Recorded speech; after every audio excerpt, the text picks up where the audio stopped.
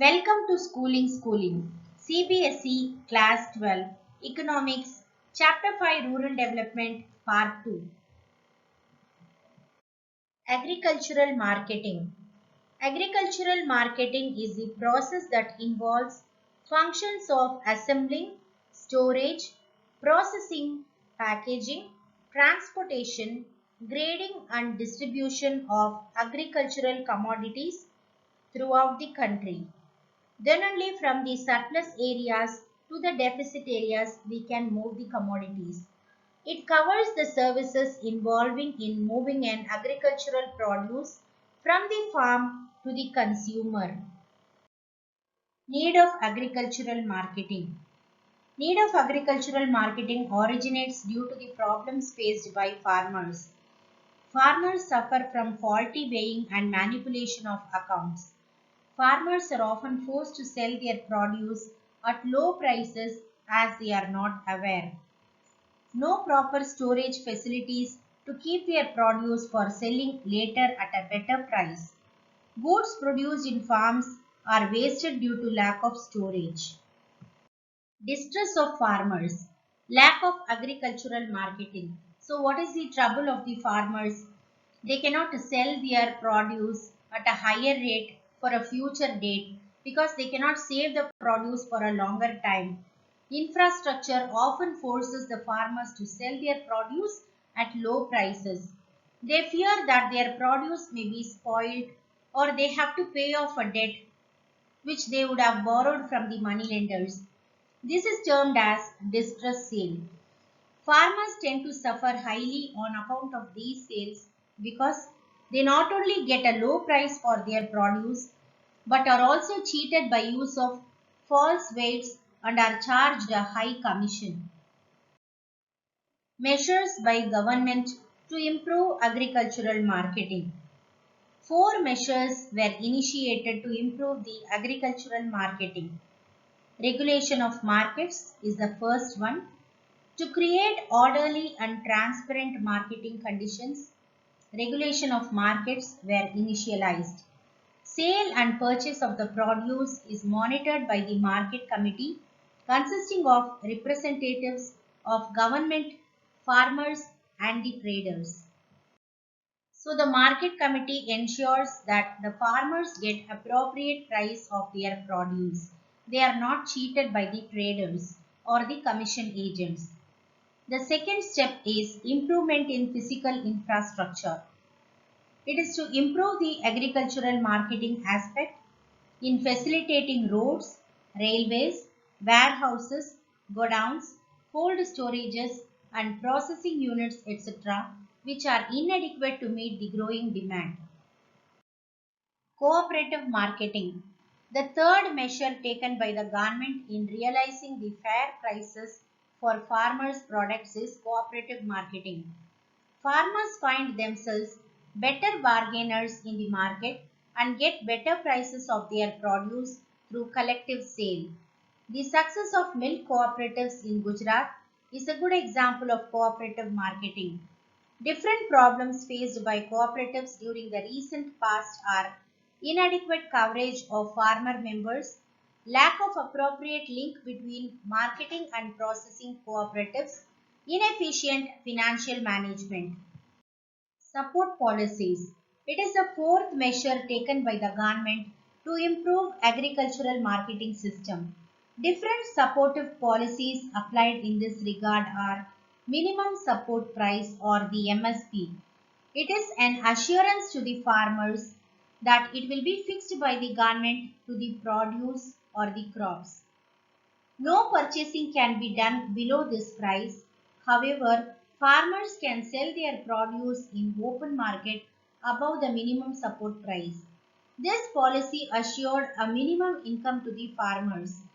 Maintenance of buffer stocks of wheat and rice from the farmers are kept by FCI, Food Corporation of India, as buffer stocks for the country as a protective measure. Distribution of food grains and sugar through stocks purchased by government at MSP are used primarily for public distribution system PDS or the ration shops.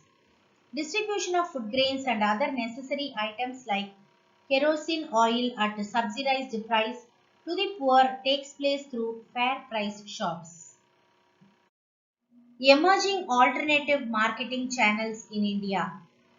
Important examples of marketing channels are Apni Mandi in Punjab, Haryana and Rajasthan, Hadaspar Mandi in Pune, Raitu Bazaars vegetables and fruit market in Andhra Pradesh, Ulavar Sandais farmers markets in Tamil Nadu. Several national and international fast food chains and hotels are also entering into contracts with the farmers to supply them farm products, fresh vegetables and fruits of the desired quantity. Diversification into productive activities. Diversification means to find alternate employment opportunities in other non-farm sectors. Diversification is an emerging challenge in the context of rural development. It has two aspects: diversification of crop production, diversification of productive activity. Diversification of crop implies a shift from single cropping system to multiple cropping system. In India, where subsistence farming is still dominant, it may also mean a shift from subsistence farming to commercial farming. Diversification of crops, minimizing the risk happening due to failure of monsoon, minimizing the market risk due to price fluctuations. Need of diversification into productive activities. Agricultural sector is a seasonal activity. Most of agriculture employment activities are concentrated in Kharif season. But during Rabi season, in the areas where irrigation facilities are inadequate, it becomes difficult to find gainful employment. Non-farm activities. Animal husbandry. Cattle, goats are the widely domesticated species. Livestock provides stability in income and supports the expenditures of the family. Today, livestock sector alone provides alternate livelihood options to over 70 million small and marginal farmers, including landless laborers. A significant number of women also find employment in the live sector. Milk production in the country has increased by more than 5 times between 1960 to 2009. This can be attributed mainly to the successful implementation of Operation Flood. Meat, eggs, wool, and other byproducts are also emerging as important productive sectors for diversification. What is Operation Flood? Farmers can pool their milk produced according to different grading based on quality, and the same is processed and marketed to urban centers through cooperatives. Farmers are assured of fair price and income from the supply of the milk to urban markets. Gujarat state is held as a success story in the efficient implementation of milk cooperatives, which has been emulated by many states. Fisheries. The socio-economic status of fishermen is lower because of widespread underemployment, low per capita income, and they don't move to other sectors for employment, illiteracy, and indebtedness. Horticulture. Climate and soil conditions in India have paved way for growing horticultural crops such as fruits, vegetables, tuber crops, flowers, medicinal and aromatic plants, spices, and plantation crops. They play an important role in providing food, nutrition, and employment. The period between 1991 to 2003 is called Golden Revolution because during this period the planned investment in horticulture became highly productive and the sector emerged as a sustainable livelihood option. Horticulture. India stands as a world leader in producing a variety of fruits like mangoes, bananas, coconuts, cashew nuts, and a number of spices, and is the second largest producer of fruits and vegetables. Economic conditions of many farmers engaged in horticulture has improved. Flower harvesting, nursery maintenance, hybrid seed production and tissue culture, propagation of fruits and flowers, and food processing are highly profitable employment opportunities for rural women. Other alternate livelihood options. The information technology (IT) has revolutionized many sectors in the Indian economy.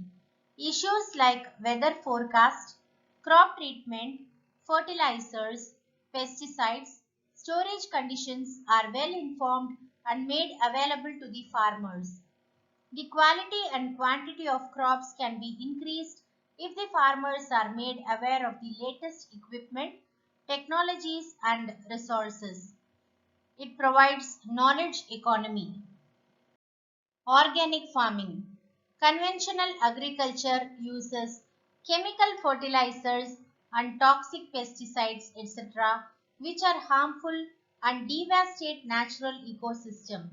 Due to these problems, an eco-friendly technology is required.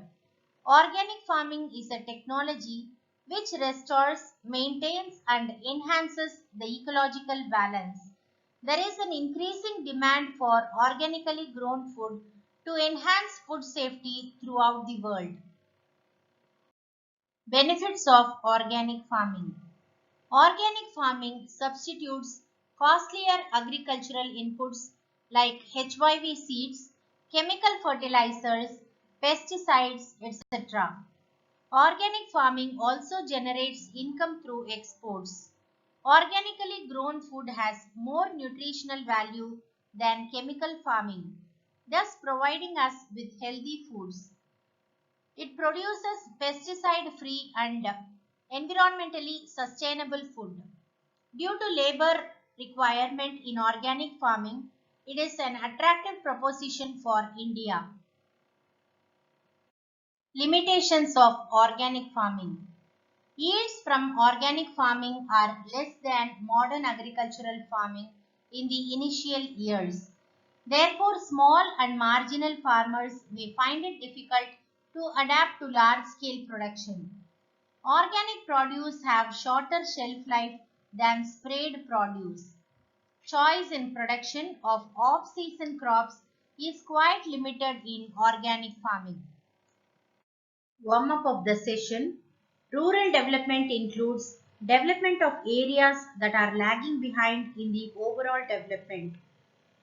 The objectives of rural development are to increase the productivity, thereby increase the income of the farmers, to increase the standard of living of the poor people, to generate alternative means of livelihood, promote education and bring awareness and health facilities in rural areas. We have come to the end of this chapter. I hope you would have understood about this chapter. For more videos on social science, sociology and economics, please watch Schooling on YouTube. Like, share, comment and subscribe Schooling. Thank you.